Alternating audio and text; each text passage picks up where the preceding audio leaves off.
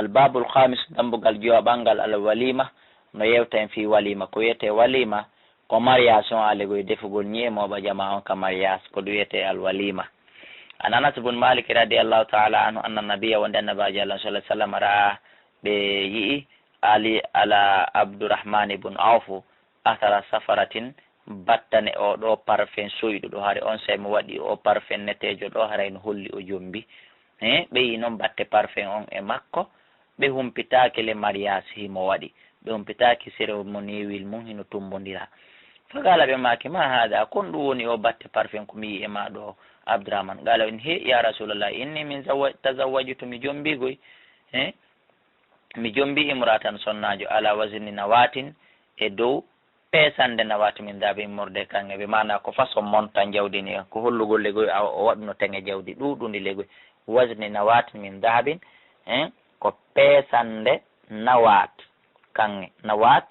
ko miran no waywa ko wiyeten walare ma ko wiyeten gudel ma ko wiyeten debere goto misal ma sagare goto ko ɗum wiyete nawat kange o min mi jombi e hoore ko wano ɗum ɗon fo muɗum kadi mi ittitenge e on sayi ɓala nelaɗo Allah sallallahu alaihi wasallam maki fa barakallahu laka yallah waɗane barke o e ko jomboɗa kon kono noon awlim waɗu jama defa walaw bi shatin hayso ko dammil bajjil par ce que nelaɗo andi ko marɗo mo e muttafaqun alayhi walla fil muslim ko anndingol emo hollitima jombi ma andi goɗɗo jombi ko ɗum ɗon ko duwantoɗama barakallahu laka baraka alayka jama baynakuma fi hayre ɗimmel e anndingol en suuɗo jomba labaka gundo jomba labaka molto nelda goɗɗo jomba labaka jombugol mariage ko hana feññinede moɓodire defe ñaame embere ko woodi ko la yukallifullahu nafsan illa ma ata kono yimɓe ɓen accu o guddan yimɓe ɓen accu o guddan e o yurnitare few ɗum wona sunna wan ibnu umar radiallahu taala anhuma qala wi qala rasulullah sallam nelaɗo maake iyadukum si goɗɗo e moɗon noddama ilal walima faade e ñamete peera fali ati ha yo ar o noto o ñama muttafaqun alayhi no labano wonde e barke walla muslim ka muslim idada ahadakum si goɗɗo e moɗon noddama noddi haw musidɗo makko fali ajibu yo noto modi arasan kana aw nahawahu arasan bi mana ko arasa bi mana legoyi ko ñamete fanɗuɗo aw nahawahu mako ko nanditata e muɗum kono haray ɗo bi mana yo on tigui e ɓatto haray on tigui ɓatto na fi yo wi no fanɗi ma no waɗiri ni ma no wattitiri ni haray no ɓuuri laɓede e bi mana yo on tigui ɓatto طيب وعن أبي هريرة رضي الله تعالى عنه قال رسول الله صلى الله عليه وسلم نلاد الله ماكي شر الطعام كبري بندي نيامته جيني فو طعام الوليمة كو نيامته بيرا يمنعها متوتا سكته من دوته من يأتيها أون أرو بمعنى مسكنا بين ko ɓen arata hollitaka wa yudu ata wa noddeta ilayha faade mum man ya'baha on salotoɗo ɗum woni patron ɓe ɓellegoya ñamanɓe ɓen ñamɓe ɓen piiji welɗi ka suudu mum ha luttini kamɓe so ɓe ari sa jonniɓe ɗum ɓe saloto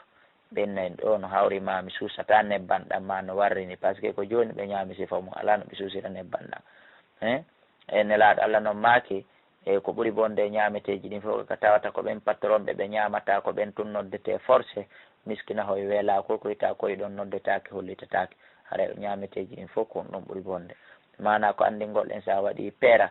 ma sa waɗi sadaka noddu fof surtout miskinaɓe ɓe heɓanta hoore mum ɓen famiki ka omallam yujibu kala ommonotay kadi adda wata noddandu ko nodda kon fagad asallah aray gom ɗo weddi Allah wa rasula ene laaɗo makko on akhrajahu muslim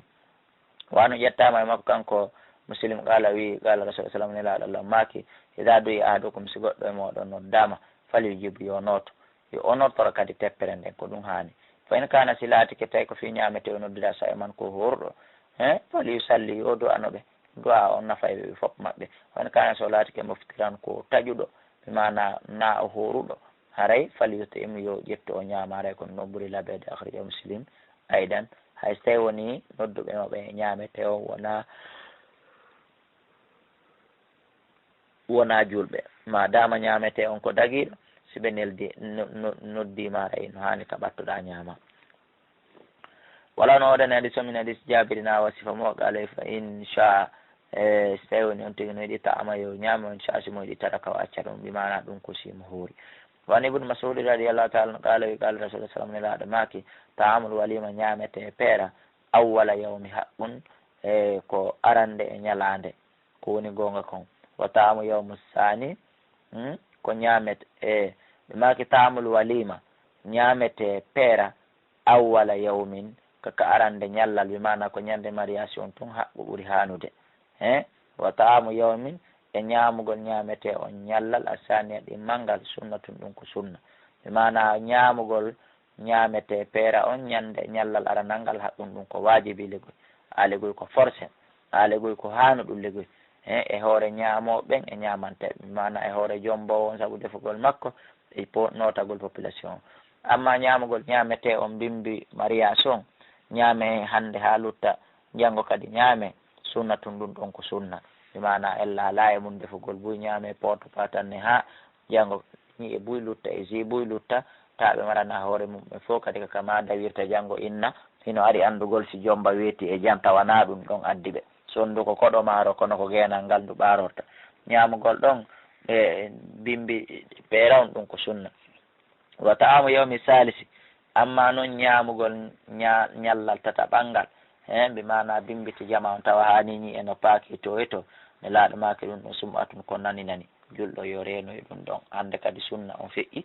o man samma a wale kala nani niɗo samma Allah bi Allah nani nani ɓe mana kala gollirɗo fi yo wonu yingo yo wonu nani Allah ko ɗum waɗata rawa Tirmidhi wastakraba o kodini mo rijal woɓɓe adi so rijalum ko worɓe asahi moƴƴuɓe walahu shahidun an anase an inda ibnu majah wan safiya ƴettama safiya binti shayba qala to wi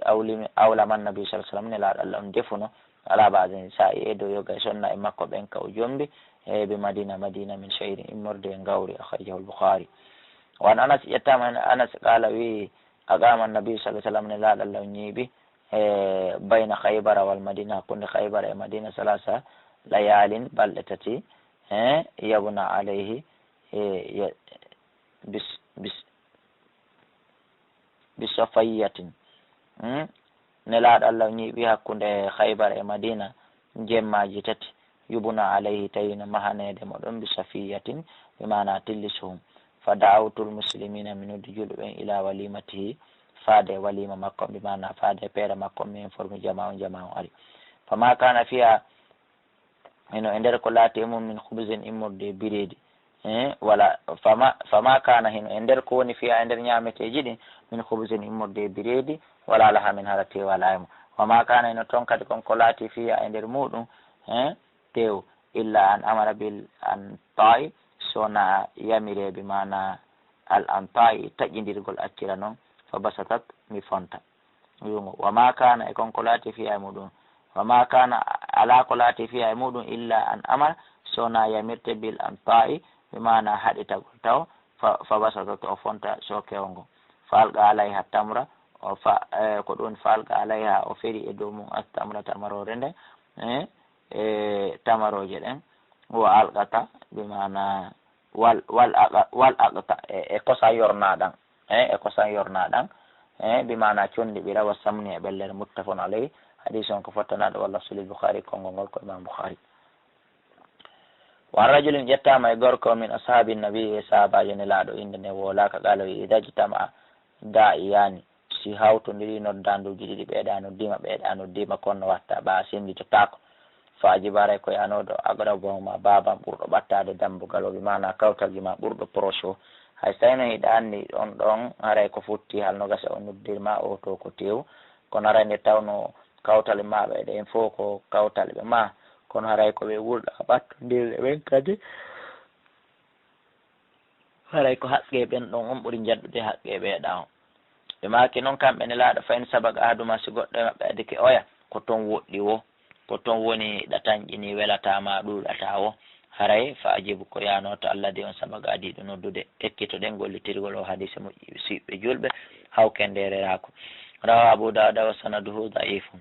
wa an Abi Juhayfata radiyallahu ta'ala anhu qala wi qala rasul sallam ne laaɗo make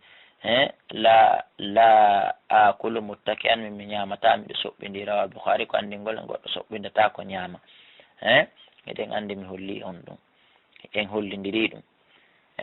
wa an amri ƴettama amri ibn abi salama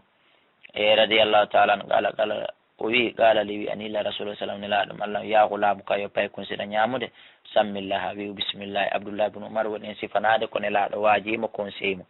wakul bi yamini ka ñamira jungo ma ñama ngon nano ñamirtake musidɓe wakul mimma yali ka ñama hikko ma goɗɗo nokkata sengo goɗɗo nokkataka hakkude famen ɗum iɗon andi ko nima men ɓenne iri muttafaqun alayh wan ibne abbas radiallahu taala anuma yallah weleɓe anna nabiya on dannabaji alum salah sallama ata ko ɗum woni ɓe addi ɓe gasatin miranñiri ɓe gasatin piletiwal min saridin immorde e saride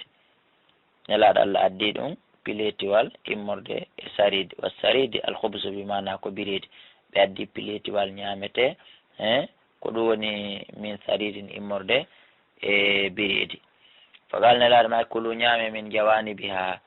takko mum bimana sera mum wala takulu tan ñamin wasatiyaka hakkude dey aray ɗum ɗon on itti barke kin e ñamete on nokketaka hakkude faynal barakata nelaɗo ma ke ande no barke on tanzilu fi wasatiha o jippoto ka tumbere ñamete ka hakkude miran hande kadi ila yaara goto kala e sengo mum sa yena a nokki toon cafat haray amoɓe fo joni barke ke allah jeppini kin aɗa wiɓe rawal abat wa hada la sunna sahih o sanadu sahihun on abi hurairata yettama aba hurairata radiallahu taala anu qala wi ka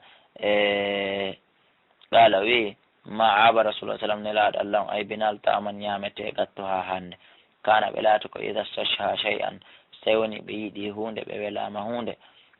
akala ho si tawi woni ɓe yii ñamete weliɓe akala o ɓe ñamude ñamete o wa in akramahu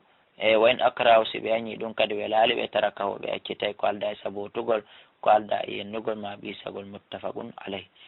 wan jabir radiallahu taala anu ani nabi ko yiyata annabaji alah sah sallama qala wi la takulu nelaɗo make o taw ñamirde bishimali juuɗe nane ɗen fa inna cheytane ande no cheytane yakulu bishimal ko nano ngon o ñameta onon kadi so ñamiri nano haray on nandi e makko nano ñamirtaki musidɓe julɓe aya yimɓe jofoɓe helli faɗo no dari no jogora biridiwal ngal ma bananar ndum ma bomborde nden jungo nano ngon maɗɗo ma koya hunkun hiɓe yara watte yiili yara ɗum waɗatake nano ñamirtake illa koyna gotel hara ngo walliti ñamogo ñamogon tuyno teddani ngo nano ngon no wawi arde takka ɗon hande kadi yara rawahu muslim ma ñama wa an abi qatadata radiallahu taala anu anna nabiya on de annabaji alum salah sallam qala ɓe makki ida shariba ahadukum si goɗɗo e moɗon yari fala goɗɗo e moɗon hino yarde ida shariba ahadukum si goɗɗo e mon no yarde fala tanaffasu o taw foof felinayi ka nder mira ande sawe foofa ngon kango iwata ɗon kaka reedu bimanaka ka poson bimanaka ka tuundi bimanaka ka kabina ko toon foofa ngo iwata ko ɗum waɗi si ñamete wuttatake foofa ngon kaka soɓe woni alay a soɓini ñamete ma o wa an abi fiina kamira muttafaqun alayhi wali abi dauda maka abi dauda an ibnu abbas ko ƴetta abdoullah ibnu abbas nawa sifa mum wa zada o ɓeydi ɗon aw yunfaka fi ma wutte e mum mbimana aw yunfaku ma on tigi wutta fi e mum mbimana wuttetake e ñamete on